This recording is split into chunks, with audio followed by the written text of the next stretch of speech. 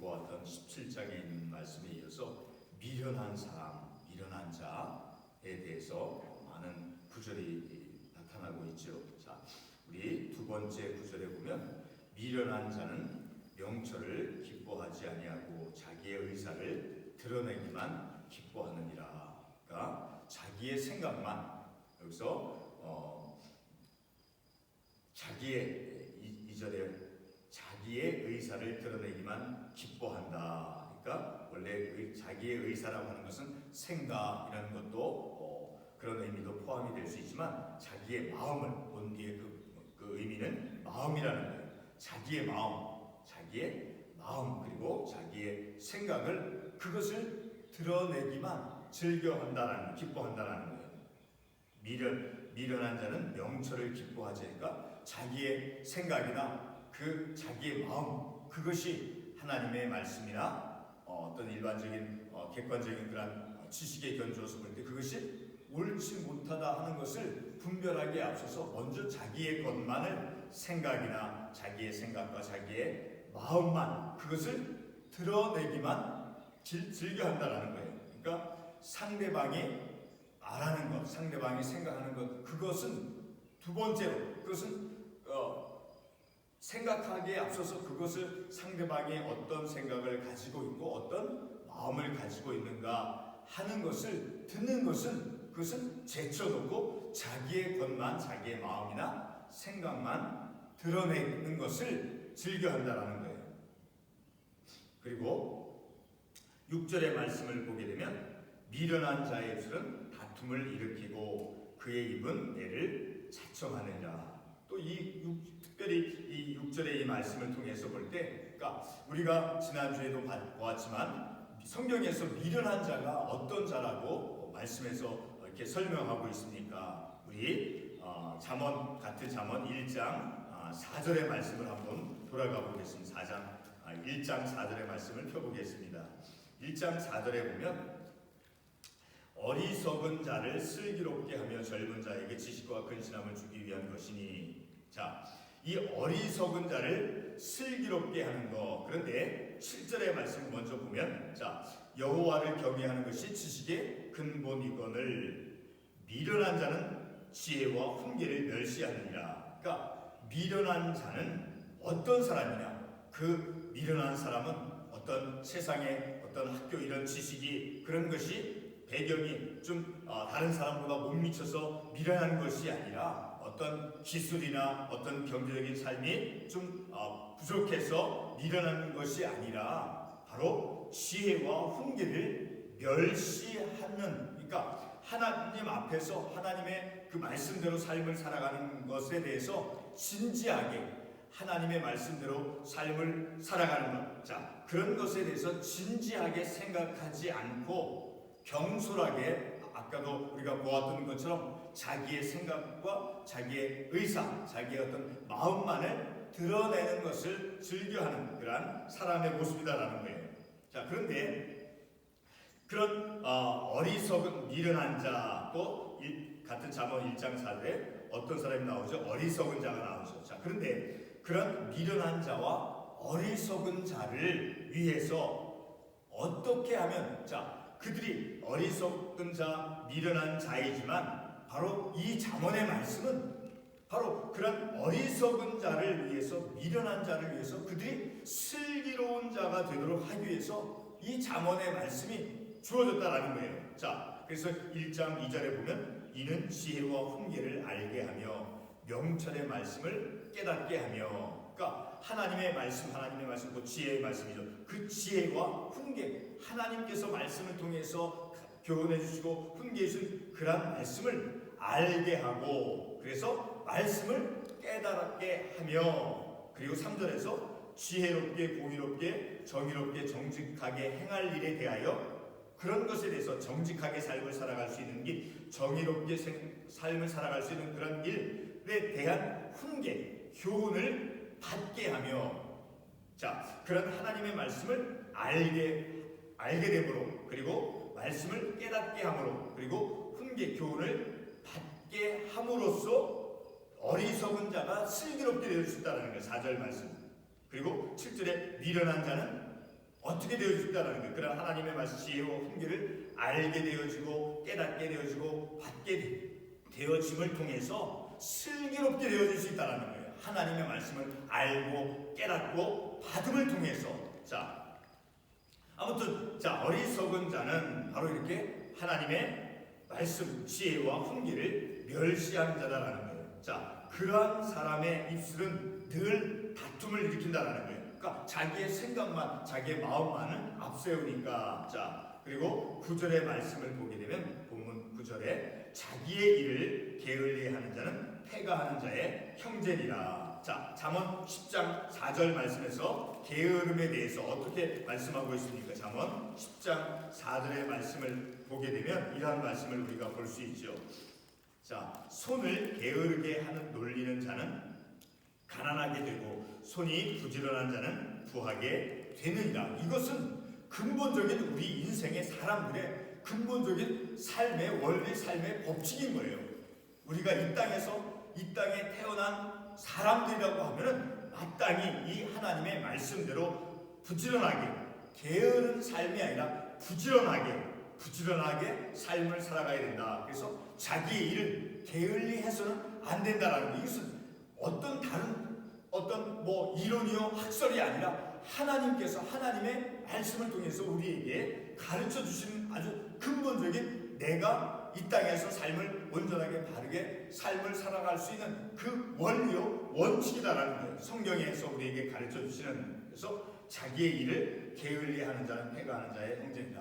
그러므로 우리는 늘 믿음의 삶을 살아가는 우리들은 늘 우리에게 주어진 본분들을 부지런한 그런 믿음의 삶으로 살아가야 됨을 우리가 이러한 말씀을 통해서 교훈을 받을 수 있다는 거죠. 자, 10절의 말씀을 보게 되면 여호와의 이름은 견고한 망대라. 의인은 그리로 달려가서 안전함을 얻느니라. 자, 견고한 망대라는 거예요. 자, 그래서 의인은, 그러니까 지혜로운 자는, 슬기로운 자는 바로 그런 견고한 망대로 달려가서 높은 타워에 도달해서 거기에서 안전함을 얻는다라는 거예요. 자, 그래서 시편 61편 3절의 말씀을 보게 되면 시편 61편 3절의 말씀이 이렇게 기록되어 있죠. 주는 나의 피난처시요 원수를 피하는 견고한 망대시니라. 그러니까 하나님께서는, 주님은 예수 그리스도, 하나님은 우리의 무엇이라는 게 피난처라는 거예요. 원수를 피하는 견고한 망대시니라. 그러니까 하나님은 내가 피할 바위시라는 거예요. 내가 어려움이 있을 때, 내가 어떤 위기에 있을 때 내가 피할 수 있는 피난처가 되어주신다라는 거예요. 그리고 또 같은 잠언 14장 26절을 우리가 한번 읽어보겠습니다. 14장 26절에 보면 여호와를 경외하는 자에게는 견고한 의뢰가 있나니 그 자녀들에게 피난처가 있으리라. 그러니까 오늘 본문에서는 의인은 그리로 달려가서 안전함을 얻는다라고 했죠. 의인은. 그리고 14장 26절에서 여호와를 경외하는 자, 같은 의미죠. 자, 여호와를 경외하는 자, 신실한 믿음을 가진 자에게는 견고한 의뢰가 있다라는 거예요.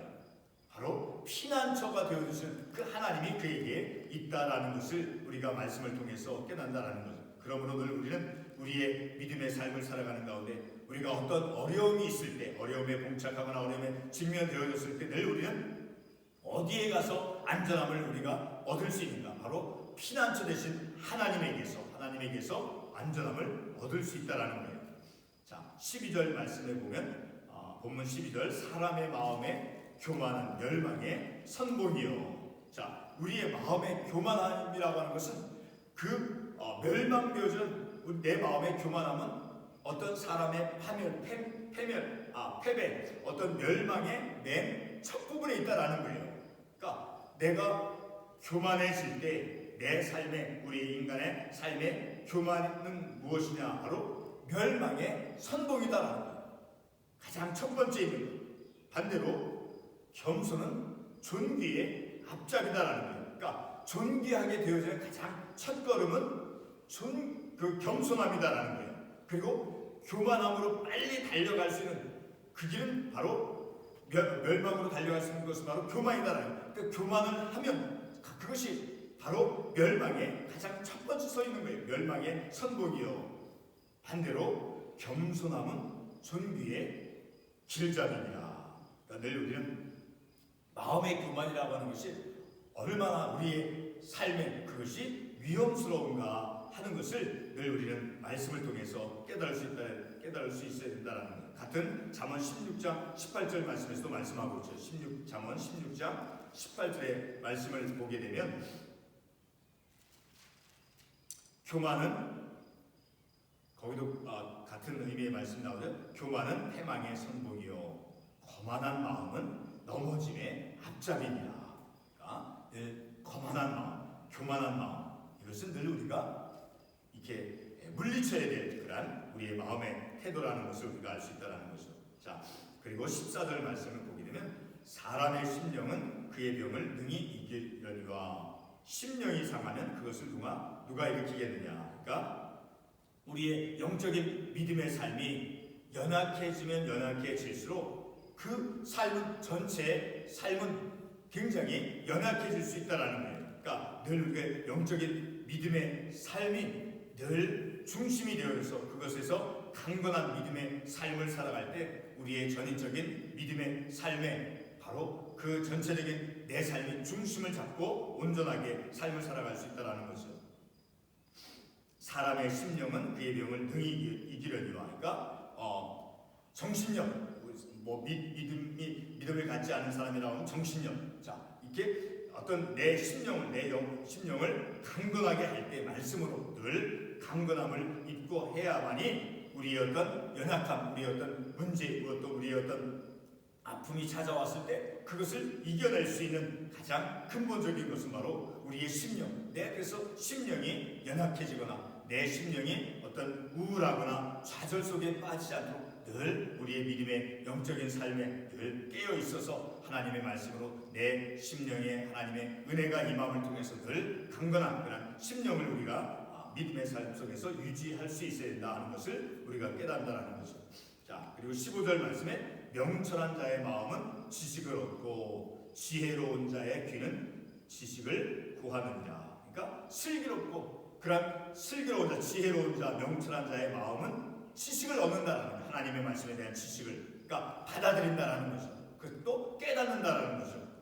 그리고 지혜로운 자의 귀는 지식을 구하느니라. 그러니까 슬기로운 자, 명철한 자, 지혜로운 자는 그러한 하나님의 지혜의 말씀을 늘 추구한다라는 거예요. 16절 말씀을 보게 되면 사람의 성물은 그의 길을 넓게 하며 또 존귀한 자 앞으로 그를 인도하느니라. 우리 창세기에 있는 말씀을 우리가 한번 가보겠습니다. 이 말씀을 우리가 좀 더 바르게 잘 이해하도록 하기 위해서 창세기 32장 13절 이하의 말씀을 보게 되면 이제 야곱이 형 에서에게 이제 형 에서의 마음을 돌이키도록 하기 위해서 화해하기 위해서 어떤 선물을 주는 그러한 내용의 말씀이 기록되어 있습니다. 자, 창세기 32장 13절의 말씀을 보게 되면 야곱이 거기서 밤을 지내고 그 소유 중에서 형 에서를 위하여 예물을 택하니 그 예물이 이제 14절 이하에 나오죠. 자, 암염소라든가 순염소, 자, 이런 것을 이제 택하여서 형 에서의 마음을 이제 위로하기 위해서, 그러니까 형 에서가 늘 자기를 추격해 오면서 자기에게 복수를 하겠다고 하는 그런 형 에서. 자, 그래서 20절에 보게 되면 자, 또 너희는 말하기를 주의 종 야곱이 우리 뒤에 있다 하라 하니 이는 야곱이 말하기를 내가 내 앞에 보내는 예물로 형의 감정을 푼 후에 대면하면 형이 혹시 나를 받아주리라 함이었더라. 자, 이 예물도 바로 오늘 본문의 말씀에 나오는 자, 사람의 선물과 같은 의미의 말씀이다라는 거예요. 자, 그러한 예물로 형 에서의 마음을 이제 이렇게 풀도록 하기 위해서 이 예물을 준다라는 거예요. 그리고 18절 말씀에도 같은 예물이 나오죠. 대답하기를 주의 종 야곱의 것이요 자기 주 에서에게로 보내는 예물이오며. 자, 이런 여기서 이 창세기에서 나오는 이 예물이라고 하는 것이 바로 선물과 같은 의미의 말씀이다라는 거예요.